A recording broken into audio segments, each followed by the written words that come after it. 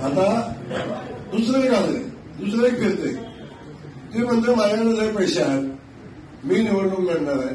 त्या अलीकडे गाडी घेतली, गाडी मर्सिडीजची गाडी घेतली, ती JLS 450 एक गाडी घेतलेली आहे. ती माझ्याकडे 7 वर्षापूर्वी आहे, ती माझ्याकडे 7 वर्षापूर्वी आहे.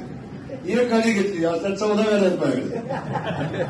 एक गाडी घेतली ती फिरते आणि सगळ्यांना सांगते, जाते आणि गाडीचा नारळ पडते, कार्यकर्त्याला बोलवते पिढा देते. अरे साल्या, तू गाडी घेतलाय, तू बसणार आहे, तू फिरणार आहे आणि समोरच्या माणसाला दाखवतून काय घेतलं हे नव्हतंच काय. तुझ्यात आहे ना धन, सगळ्यांना एक एक गाडी देऊन टाक. नाही काय अडचण आहे, पैसे आहेत ना, नाही निवडणूक आहे, लढायचे सगळं आहे आमच्याकडे, सगळ्यांना एक एक गाडी देऊन टाक. तुझ्या गाडी येण्यानं त्याच्या जीवनात काय फरक पडणार आहे हे सांगा. तुझी मर्सिडीज आधी 2.5 कोटीची मर्सिडीज तू घेतलीस म्हणून आमच्या बबनराव काळेंच्या जीवनात काय फरक पडणार आहे, आमच्या एखाद्या शेतकरी बांधवाच्या जीवनात काय फरक पडणार आहे, का त्याला शेताला पाणी मिळणार आहे, का त्याला काय मदत होणार आहे, का त्याच्या अडचणी. तिथं त्या बैठकीत तो विषय घेण्याचा काही संबंध नव्हता.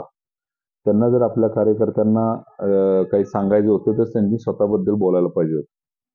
परंतु काल त्यांनी असं बोलले की वरकुटच्या एका भाद्यारानं मर्सिडीज घेतलेली आहे आणि तो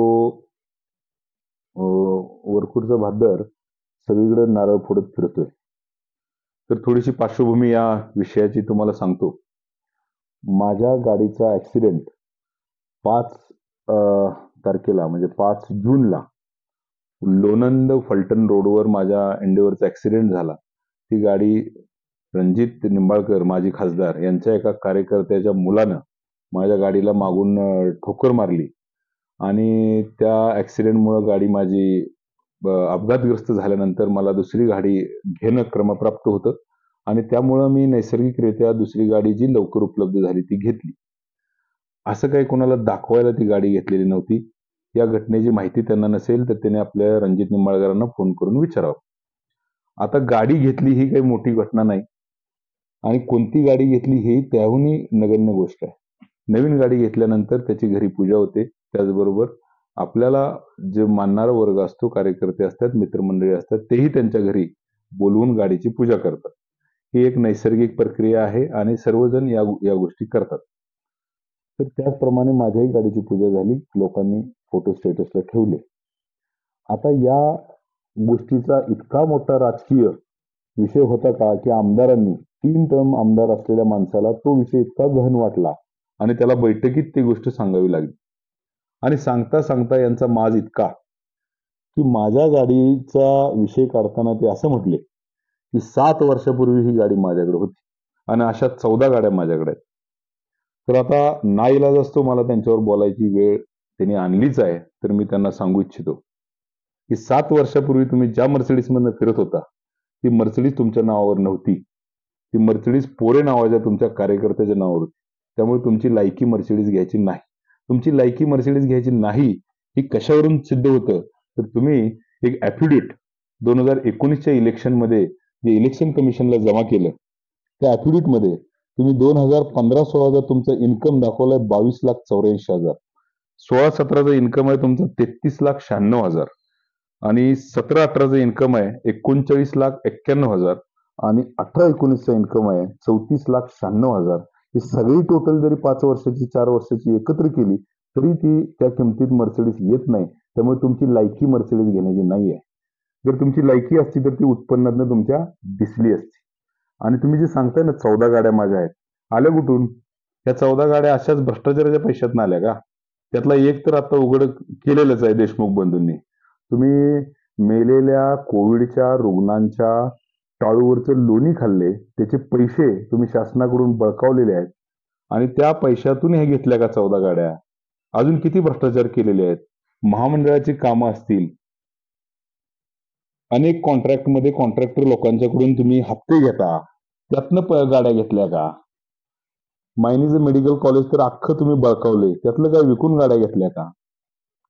तिथं तर इतके अघोरी प्रकार केलेत. मेलेले माणसाच्या नावची जमीन तुम्ही नावावर करून घेण्याचा प्रयत्न केला.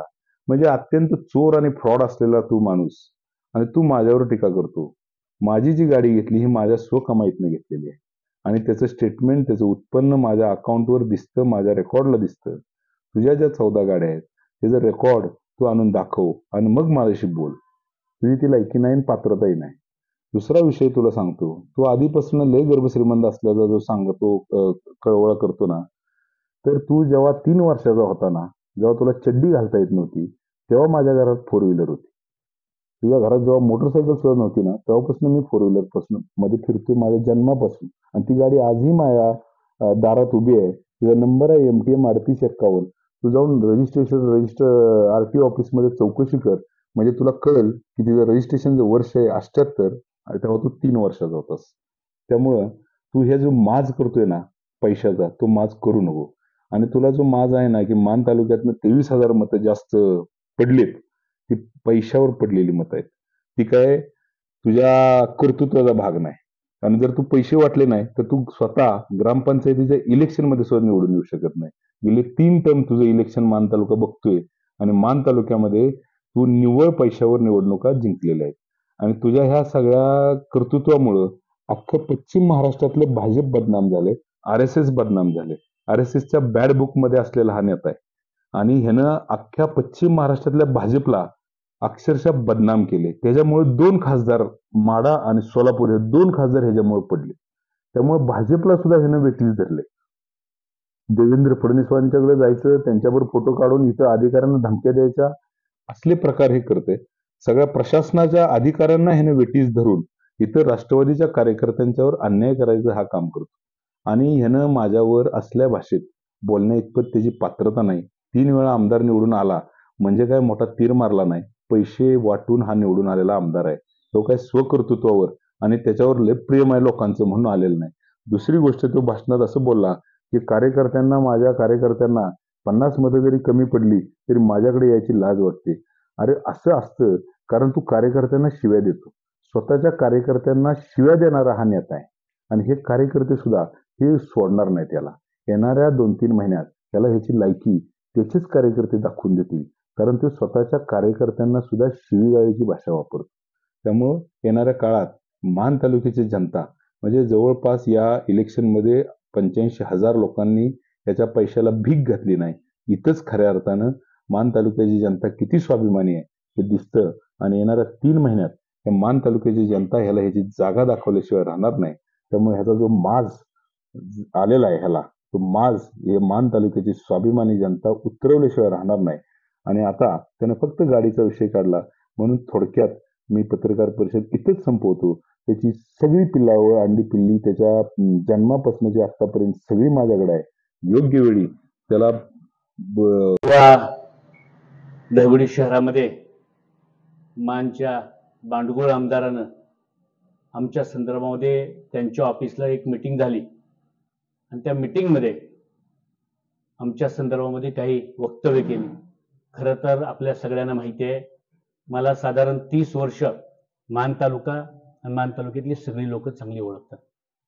30 वर्षामध्ये आम्ही एक संस्कृतीनं वागणारी मंडळी आहोत आणि आमची संस्कृती आपल्या सगळ्यांना माहिती आहे. असं असताना इतके दिवस आम्ही समजायचो की कुत्रा आपल्यावर भुंकलं मग त्या कुत्र्यावर आपण भुंकायचं नसतं. पण आता आमच्या लक्षात आलंय की असल्या भुंकणाऱ्या कुत्र्यावरती भुंकायचं नाही, पण काठी हातात घेऊन किंवा दगड हातात घेऊन त्याच्या पेकटात घातल्याशिवाय हे केकटायचं बंद होणार नाही. आणि त्यामुळे या भुंकणाऱ्या कुत्र्याला त्या भाषेत उत्तर द्यावं यासाठी आज मी तुम्हाला सगळ्या पत्रकार मित्रांनी इथं बोलवलंय. मी तुमचं सगळ्यांचं मनापासून स्वागत करतो.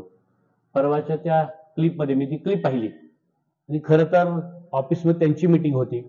त्याच्या अगोदर माझ्या पण इथं ऑफिसमध्ये आमच्या बूथ कमिटी मीटिंग झाली. तर आम्ही तुम्ही बघितलं असेल कोणावर टीका नाही, टिप्पणी नाही, अशा पद्धतीने आमचा कार्यक्रम चालू आहे. तर त्या दिवसाच्या क्लिपमध्ये त्यांनी 3 गोष्टीवरती माझ्या संदर्भामध्ये ते बोलले. त्यामध्ये पहिला मुद्दा त्यांनी असा वापरला की वरकुटकर. मला आपल्या सगळ्यांना प्रेसच्या माध्यमातून या तालुक्याला सांगायचं आहे, वरकुटे या गावानं आतापर्यंत एक आमदार 10 वर्षासाठी दिला. 11 वर्ष मान तालुक्यातलं सभापतीवर वरकुटे गावाला दिलं. आतापर्यंत 6 जिल्हा परिषद सदस्य वरकुटे गावातून मिळालेले. 3 उपसभापती या तालुक्याचे या वरकुटे गावचे आहेत. जे 6 आमदार आपल्याला माहिती आहे विष्णुबन सोनवणे होते, जिल्हा परिषद मामा माझे खशोराव जगताप सभापती होते 11 वर्ष. नंतर 6 जिल्हा परिषद सदस्यामध्ये माझ्या घरातले 2 सुवर्णाताई देसाई आणि मी पण जिल्हा परिषद सदस्य होतो. असे 6 जिल्हा परिषद सदस्य दिले, 3 उपसभापती गावाने दिले आणि अजून वेगवेगळी पदं या वरकुटे मलवडी या गावानं दिली. आणि हे वरकुटेकर या वरकुटे गावाचा हा अपमान करतोय. याची लायकी काय? ज्याला बोराटवाडीतनं एकेकाळी माणसांनी गावानं हाकलून बाहेर काढलं, असा आमदार आमच्या सगळ्यांचं माप काढतोय. ही अत्यंत दुर्दैवी गोष्ट आहे आणि हे आपल्या सगळ्यांसंग वरकुटेकरांचं फार मोठं योगदान आहे आणि तालुक्यामध्ये पण आहेत. आतापर्यंत सातत्यानं कार्यकर्ते घडवायचं काम वरकुटेकरांनी केलेलं आहे. हा विषय ते एक बोलले, हे मला सांगायचं. दुसरी गोष्ट त्यांनी असं सांगितलं की अनिल देसाईला कोण ओळखत नाही, कुठं पण आमच्या कार्यकर्त्याजवळ थांबतोय, फोटो काढतोय आणि ह्याच्यावर टाकतोय. आपल्या सगळ्यांना माहिती आहे अनिल देसाईचं जर आता मोबाईलमध्ये तुम्ही बघितलं तर मान खटाव तालुक्यातल्या 32,000 लोकांचे फोन नंबर माझ्यामध्ये आहेत. अनिल देसाई कुठल्या जरी गावात चौकात वाडेवस्तीवर जाऊन उभा राहिला तर 15-20 माणसं त्याच्याकडे पळत येतात आणि भाऊ कुठून आलाय, कुठे चाललाय विचारतात. माझं तुमच्या सगळ्यांच्या माध्यमातून ह्या बांडगुळ आमदाराला आव्हान आहे की त्यांनी कुठल्या पण गावात कुठल्या पण वाडीवस्तीवर जावं आणि तिथं 50 लोक 100 लोक जी गावात जमतील त्यातल्या किमान अनिल देसाई 10% लोकांना नावानं हाक मारेल. आणि त्याचे माझं आव्हान आहे, त्यांच्यात जर हिंमत आणि धमक असली तर त्यांनी काय करावं, कुठल्या पण गावात त्यांनी सांगेल त्या गावात, म्हणजे बोडक्यापासून बोराटवाडीपर्यंत कुठल्या पण गावात जाऊ दे आणि त्यांनी माणसं गोळा करायची किंवा मी करतो, त्यातल्या किमान 10% 20% लोकांना मी नावानं हाक मारेल. माझ्या एवढ्या माणसांना ओळख करून त्यांनी दाखवावं, हे माझं त्याला जाहीर आव्हान आहे. या निमित्तानं आणखी एक तिसरी गोष्ट त्यांनी बोलली की माझा तुझा कार्यकर्ता कळत नाही, हे फोटो काढते आणि व्हॉट्सअपला फेसबुकला टाकते. मला माहिती आहे, आपण बघितलं असेल, मान तालुक्यातला एकमेव अनिल देसाईचा कार्यकर्ता आहे की त्यांनी कार्यकर्ते पण घडवले, माणसं घडवली आणि किंबहुना माझ्या गाडीमध्ये माणसं फिरतात आणि हे कार्यकर्ते असतात. गरीबातला गरीब माणूस अनिल देसाईच्या गाडीला हात पण करतो आणि गरीबातला गरीब माणूस हा अनिल देसाईच्या गाडीत बसतो. आपण सगळ्यांनी बघितलं असेल. पुढच्या 5-10 म्हणजे तोंडाचे जर यांचे कार्यकर्ते जवळचे सोडले 5-10 तर ते सोडून यांच्या गाडीत कधी कुणाला जागा मिळाली नाही. बांधवांना कधी सुद्धा यांनी गाडीत घेतलाय. किंबहुना याला काही दिवसापूर्वी गाडी लपवून ठेवायला लागली. एका गाडीचा दुसऱ्या गाडीला नंबर लावला म्हणून याची काय आवाज झाली, ते आरटीओ कित्येक दिवस ती गाडी शोधत होती. असला हा बांडगुळ स्वरूपाचा आमदार. यांनी ज्यावेळी हे लोकसभेचे इलेक्शन झालं त्या इलेक्शनमध्ये यांनी सांगितलं भारतीय जनता पार्टीला की मी सांगतोय त्याला जर तुम्ही उमेदवार दिली तर त्याला निवडून आणायची पूर्ण जबाबदारी माझी आहे. हा उमेदवार जर पडला तर मी पुन्हा विधानसभेला उभं राहणार नाही, हे देवेंद्र फडणवीस साहेबांच्या समोर सांगितलं. ऐकणारे सगळे साक्षीदार होते. माझं त्याला आता आव्हान आहे की आता तू दिलेला आमदार खासदार तर पडलायच, पण तुझ्यामुळं पश्चिम महाराष्ट्रातले बरेचसे खासदार पडलेत आणि त्यामुळे तुझ्यात आता हिंमत, भारतीय जनता पार्टीनं आता तुला चांगलं ओळखलंय. भारतीय जनता पार्टीच्या सगळं लक्षात आले की यांनी भारतीय जनता पार्टीचे खासदार पाडले ते पाडलेत, पण बांधवांनो आपल्या सगळ्यांना माहिती आहे आपल्या जिल्ह्यामध्ये छत्रपतींचे 13वेळी थेट वंशज असणारे श्रीमंत छत्रपती उदयनराजे यांना तिकीट देऊ नये म्हणून यांनी दिल्लीपर्यंत फेऱ्या मारल्या आणि उदयनराजेंचं तिकीट लांबवावं, उदयनराजेंची अडचणीत आहे असं यांनी आणि याच्या बगलबच्च्यांनी भारतीय जनता पार्टीला सांगितलं. सगळं उदयनराजांना कळलं आणि म्हणून उदयनराजे खासदार झाल्या झाल्या भारतीय जनता पार्टीच्या कार्यालयामध्ये पहिल्यांदा गेले. त्यावेळी पहिल्यांदा त्यांनी तिथं लावलेला याचा फोटो काढून बाहेर फेकून दिला. माहिती घ्या, पण तुम्ही भारतीय जनता पार्टीच्या कार्यालयात जावा, तिथे याचा फोटो लावला होता तिथल्या अध्यक्षांनी. पहिला उदयनराजेंनी हे म्हणले ह्या भांडगुळाचा इथं फोटो कशाला पाहिजे, त्याचा काय संबंध आहे. आणि हा खरं तर अमित शहासारखी दाढी वाढवून स्वतःला प्रति अमित शहा या मतदारसंघामध्ये समजायला लागला होता. इथल्या लोकांना त्रास द्यायचा, कार्यकर्त्यांना त्रास द्यायचा, पोलिसांना, सरकारी अधिकाऱ्यांना हाताशी धरून या तालुक्यातल्या गोरगरीब माणसाला वेठीस धरायचं त्यांनी काम केलं. आणखी एक गोष्ट त्यांनी परवा प्रेसमध्ये तिथं क्लिपमध्ये सांगितली की त्यांच्याकडं पैसे लय झाले. आपल्या सगळ्यांना माहिती आहे आमच्यासारख्या मंडळींनी काबाड कष्ट करून धंदे करून आम्ही पैसे कमवले. याच्यासारख्या चोऱ्या लांड्या लाबाड्या करून आम्ही काही पैसे कमवले. त्यामुळे माझं त्याला जाहीर आव्हानच आहे की ज्या पैशाच्या जोरात फक्त तो निवडून आलाय, बाकी कशाच्या जोरावर तो निवडून येऊ शकत नाही. ही वस्तुस्थिती आहे. आता पण निवडून येतोय तो फक्त पैशाच्या जोरावर, कारण यांनी कुठला कार्यकर्ता घडवला नाही, सर्वसामान्य माणसाला कुठं मोठं केलं नाही. त्यामुळे ज्या पैशाच्या जोरावर निवडून येतोय त्या पैशाला तू सांगतो ना यांच्याकडे लय पैसे झालेत. होय, आमच्याकडे पैसे आहेतच आणि ते तुझे जिरवायसाठी 100% आम्ही वापरणार आहे, काळजी करू नको.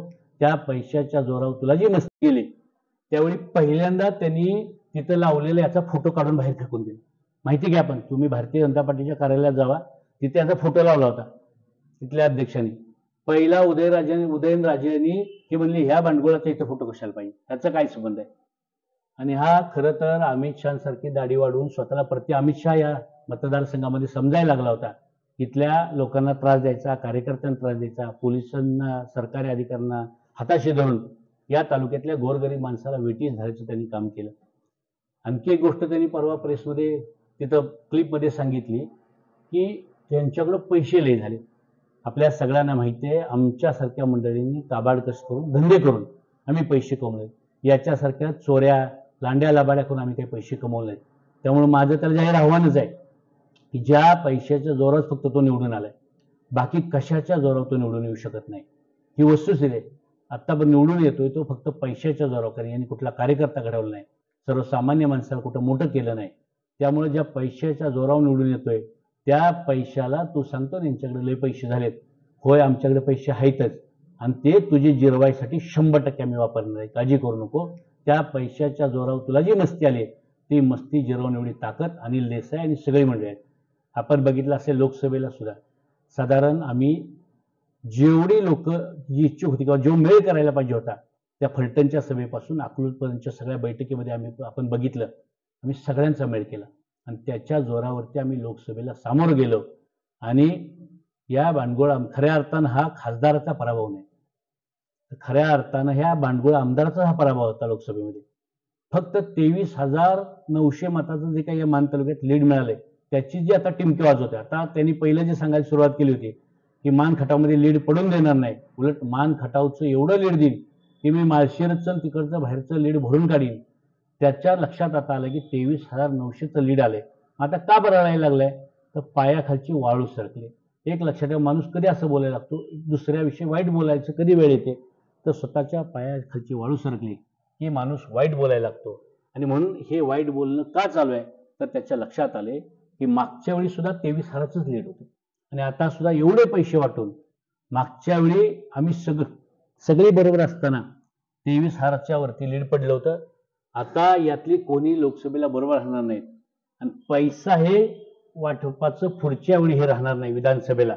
त्यामुळे आता याच्या लक्षात आलंय की आपला पराभव निश्चित आहे, आपण नक्की हारणार आहे. त्यामुळे याच्या पायाखालची वाळू सरकले आणि त्यामुळे हे अशा पद्धतीने चुकीचं वक्तव्य किंवा घाणेरड्या पद्धत, खरं तर याला स्वतःला आवरू लाज लज्जा नाही, स्वतःसाठी नाही, पण ते एक आमदार एक मोठं पद आहे, प्रोटोकॉलचं पद असतं. त्या आमदारकीची आबरू ठेवून यांनी नीट बोलायला पाहिजे, माणसांची नीट वागायला पाहिजे. कारण शेवटी या जगामध्ये आऱ्याला कार्य करणारी माणसे भेटतात. आपण जर चुकीचं काय बोललो तर आपली आबरू जाते, याच्यापेक्षा त्या आमदार या पदाची आबरू जाते. ज्यावेळी पुढचे ज्यावेळी अशा पद्धतीने बोलतील तर त्या पदाची आबरू जाते. याचं आम्हाला सुद्धा नक्की वाईट वाटतंय. पण आम्ही इतक्या दिवस ठरवलं होतं की असं चुकीचं आपण कोण बोललं नाही पाहिजे. पण इतक्या घाणेरड्या पद्धतीने हा माणूस बोलायला लागला, याला जर पदाची आबरू नसली तर याचं पद पण घालवायचं आहे आणि याची पण आबरू काढायची आहे. या भावनेतनं आता आम्ही सगळे कामाला लागलो आणि तसं उत्तराला उत्तर अनिल देसाई दिल्याशिवाय राहणार नाही हे सांगायसाठी आजची प्रेस आहे. आणखी एक तुम्हाला महत्वाचा अत्यंत मुद्दा मला सांगायचा आहे. बांधवांनो, थोड्या दिवसापूर्वी हा माणूस, मी परवा सुद्धा सांगितलं होतं की मेलेल्या मड्यावरचं लोणी खाणारा हा माणूस आहे. मागच्या कालखंडामध्ये सुद्धा यांनी मेलेल्या एका माणसाचा 10 वर्षापूर्वी मेलेल्या माणसाचा दस केला आणि त्याचं अजून कोर्टात प्रकरण चालू आहे. आणि हे प्रकरण चालू असताना आता सुद्धा एक गंभीर हायकोर्टामध्ये रीट झाले आणि ते रीट काय आहे, तर त्या रीटमध्ये जवळजवळ 200 लोक आधी मेलेले असताना त्या 200 लोकांच्या नावावरती यांनी जवळजवळ बोगस बिलं काढून पैसे काढले. त्यामध्ये गंमत तुम्हाला सांगायची झाली, मी आता सगळे माझ्याकडे पुरावे तुम्हाला दाखवणार आहे मी आता.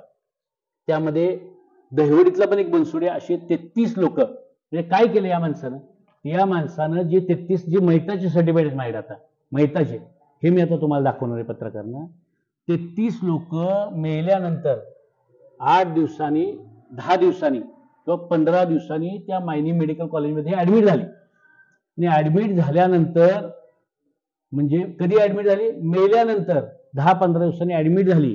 10-12 दिवसाचा त्यांनी उपचार घेतला. उपचार घेतल्यावरती महाराष्ट्र शासनाच्या गाडीने म्हणजे एसटीने घरी जायला त्यांना 50 रुपये भत्ता मिळतो. तो 50 रुपयाचा भत्ता सुद्धा लोकांनी लिहून दिलं. एसटी महामंडळाचा जो भत्ता मिळते घरी जायला तो सुद्धा मिळाला आणि मी आता सुखरूप घरी पोचलोय. असं म्हणजे मेलेल्या माणसाच्या खोट्या सह्या करून त्याच्या नावावर अनुदान लाटण्याचं पाप या माणसाने केलं. त्याचं 22 तारखेला एक तारीख झाली आहे आणि 22 तारखेला रीट आहे. त्यातल्या 33 लोकांची जी माहिती आहे ती पण माहिती मी तुम्हाला पत्रकारांना सगळी देणार आहे आणि दाखवणार आहे की त्यांनी काय केलं. म्हणजे खरं तर किती माणूस एखादा खोटारडा आणि लवाड असू शकतो. एखादा माणूस म्हणजे मेलेला माणूस त्याला माहिती आहे हा माणूस मेलाय कोविडमध्ये, तरी सुद्धा त्याला वाटलं की हे कधी बाहेर येणार नाही आणि त्यांनी त्या माणसानं जीवन केलं. खरं तर दुर्दैवानं या 100-150 फॅमिलीमधली ही लोक जिवंत असतील तर त्यांच्या नातेवाईकांना किती आनंद झाला असता, किती बरं वाटलं असतं. पण आज त्यांचे नातेवाईक ज्यावेळी त्यांची ही यादी पब्लिश होईल, तुमच्या माध्यमातून लोकांसमोर जाईल की आपला माणूस 15 दिवसापूर्वी मेलेला याने जीवन केला होता या भातदाराने, त्याच्या नावावर अनुदान आणलंय, त्यावेळी याला जोड्यानं आणल्याशिवाय गावात गेल्यावरती माणसं जोड्यानं आणल्याशिवाय राहणार नाही. जेव्हा त्यांना हे सगळं खरं सत्य कळेल ते ही सगळी 33 लोकांची यादी आहे. आणि हे करताना त्यांनी एक कुंभार नावाचे डॉक्टर नोडल ऑफिसर दाखवले. हे सगळे मयत लोक भरती करताना त्या कुंभार डॉक्टरांचं व्हेरिफिकेशन झाल्यावर त्यांनी सांगितलं की त्या मायनी मेडिकल कॉलेजकडे मी कधी गेलोच नाही. म्हणजे कुंभार डॉक्टरांच्या सुद्धा बोगस सह्या आणल्या, म्हणजे मैतांच्या बोगस सह्या आणल्या. मयत माणूस चांगला होऊन घरी जाताना परत त्यांनी लेटर दिलंय की मी आता चांगला होऊन आनंदात घरी जातोय. आणि त्यांनी एसटीचं भाडं पण घेतलंय. त्या मैतानी एसटीचं जे भाडं मिळतं घरी जायचं ते पण घेतलंय. म्हणजे एवढ्या खालच्या पद्धतीनं या तालुक्यामध्ये ज्यांनी राजकारण समाजकारणाच्या नावाला कलंक लावलाय असा तालुक्याचा लोकप्रतिनिधी आज आहे. आणि या लोकप्रतिनिधीची जिरवायची भूमिका सातारा जिल्हा मध्यवर्ती सहकारी बँकेचे उपाध्यक्ष अनिल देसाई यांनी भारतीय जनता पार्टी सातारा जिल्ह्याच्या कार्यालयाबद्दल छत्रपती उदयनराजे आणि आमदार जयकुमार गोरेभाऊ यांच्याबद्दल काय वक्तव्य केले त्याचं या ठिकाणी आपल्या सगळ्यांना वस्तुस्थिती लक्षात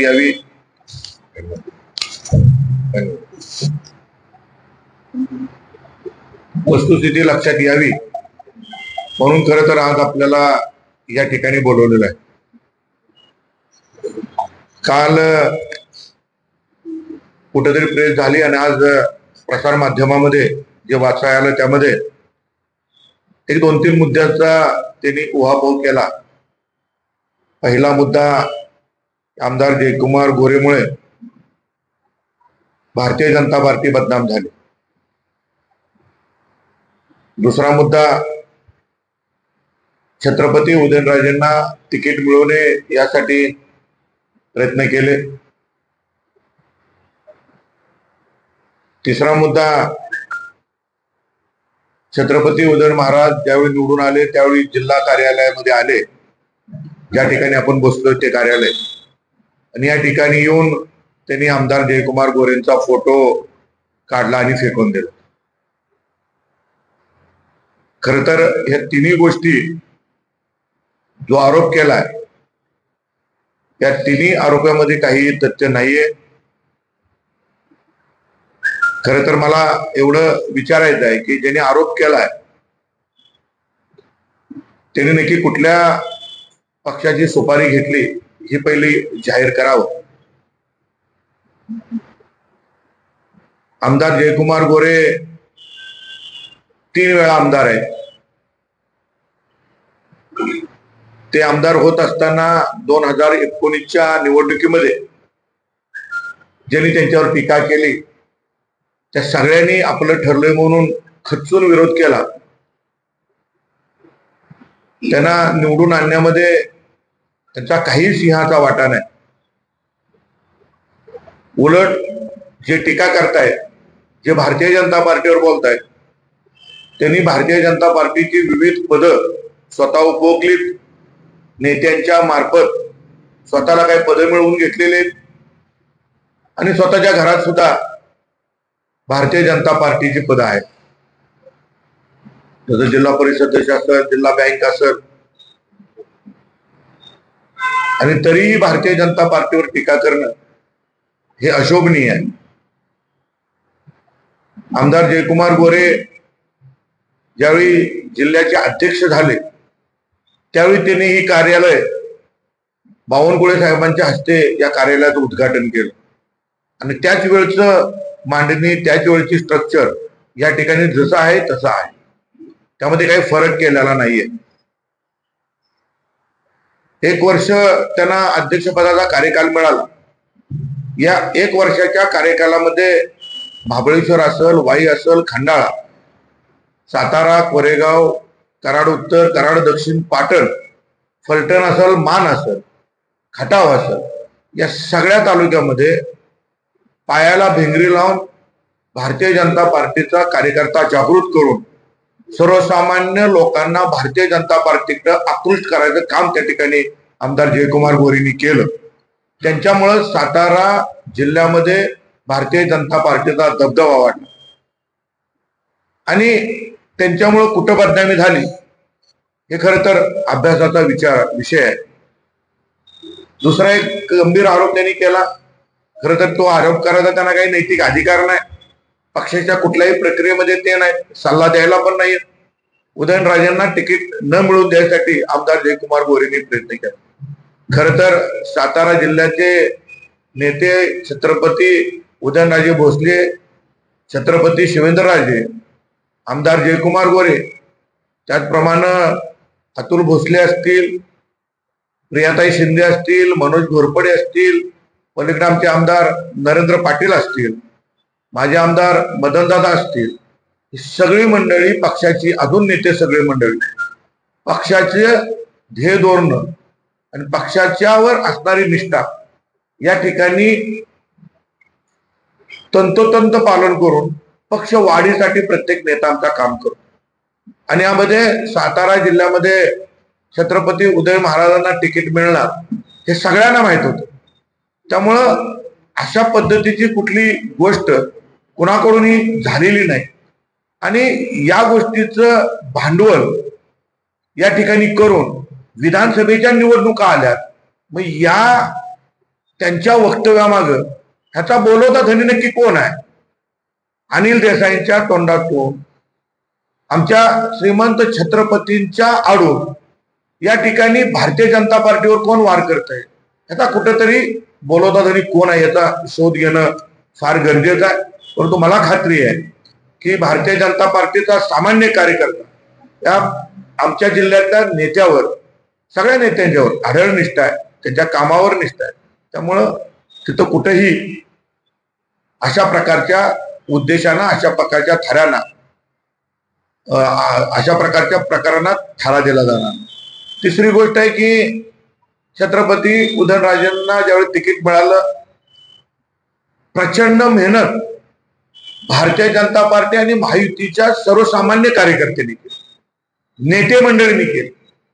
जिल्ह्यातील भारतीय जनता पार्टीचा शिक्का ज्यांच्यावर आहे त्यांनी या ठिकाणी आदरणीय छत्रपती उदयनराजेंना निवडून आणण्यासाठी प्रचंड काम केलं. एकही कार्यकर्ता उलटा गेलेला नाही. सगळ्यांनी मनापासून काम केलं आणि छत्रपतींना निवडून आणलं. छत्रपती निवडून आल्यानंतर त्यांनी आरोप केला की जिल्हा कार्यालयात आले आणि इथं आमदार जयकुमार गोरेंचा जो फोटो होता तो फोटो काढला आणि फेकून दिला. छत्रपती उदयनराजे हे 4थ्या टर्मचे खासदार आहेत. एक वेळ राज्यसभेवर खासदार म्हणून त्यांनी काम केलं. आमचे नेते हे राज्याचं आणि देशाचं नेतृत्व करतात. ते असे काही बालबुद्धीचे नेते नाहीयेत. असं ते काही करणार नाही, आपण सगळेजण जाणता. त्या दिवशी खरं तर महाराज विजयानंतर ऑफिसच्या पुढे आलो होतं, तिथं आम्ही सगळ्यांनी स्वागत केलं. ऑफिसमध्ये आलेच नाही आणि आमदार जयकुमार गोरे आणि छत्रपती उदय महाराजांच्या जर विशिष्ट असतं तर दुसऱ्या दिवशी उदयन महाराजांचा सत्कार करायला आमदार जयकुमार गोरे भाऊ त्या ठिकाणी गेले होते. फक्त उदयनराजेंच्या आडून या ठिकाणी भारतीय जनता पार्टीवर वार करायचा ही पद्धत जी त्यांनी केली ती अतिशय चुकीची पद्धत आहे. आणि अशा पद्धतीच्या बातम्या देऊन या ठिकाणी भाजप बदनाम होणार नाही, कार्यकर्त्यात संभ्रम होणार नाही, म्हणून खास तर आज ही प्रेस कॉन्फरन्स या ठिकाणी घेतलेले जिल्ह्यातील सगळे नेते भारतीय जनता पार्टीचं कमळ चिन्ह हाच आपला नेता मानून आदरणीय नरेंद्र मोदी साहेब, आदरणीय देवेंद्र फडणवीस साहेब हे आमचे नेते यांना ताकद देण्यासाठी आणि सर्वसामान्य जनतेला भाजपच्या वतीनं ताकद मिळण्यासाठी प्रयत्न करतायत. त्यामुळे असं कोणीतरी वल्गना करून भारतीय जनता पार्टीच्या सर्वसामान्य कार्यकर्त्यावर फरक होणार नाही. मी एवढंच सांगेन आणि एक सूचना देईन की पहिल्यांदा आपण ठरवावं की आपण कुठल्या पक्षात आहात आणि जिथं आपण आहात त्या ठिकाणी आपण अतिशय चांगलं काम करा. खरं तर राजकारणामध्ये कुणीच पातळी सोडून राजकारण करू नये, बोलू नये. शेवटी समाज ऐकत असतो, समाज बघत असतो.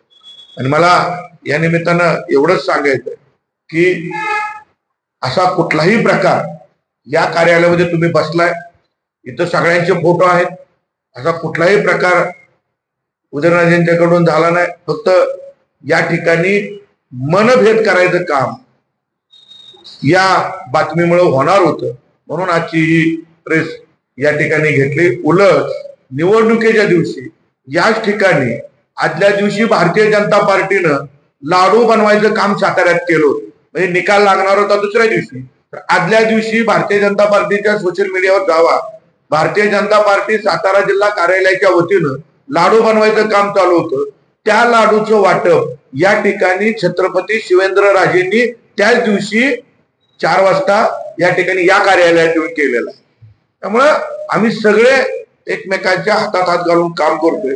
फक्त नाश्ता उद्योग त्यांना असं वाटतंय की असं काय बोललं की नेत्यावर भांडणं लागतील, परंतु आमचे सगळे नेते भारतीय जनता पार्टीच्या प्रति प्रामाणिक आहेत, निष्ठावान आहेत. पक्षाचा जो आदेश असेल तो या ठिकाणी मान्य करणार आहे. मुद्दा म्हणून आज मी जिल्हा कार्यालयात बैठक घेतली, कारण या ठिकाणी अनिल देसाईंनी जिल्हा कार्यालयाचा उल्लेख केला होता, भारतीय जनता पार्टीचा उल्लेख केला होता. त्यामुळे मला आज ही प्रेस घेतली आणि आपलं क्लॅरिफिकेशन द्यावं लागलं. धन्यवाद.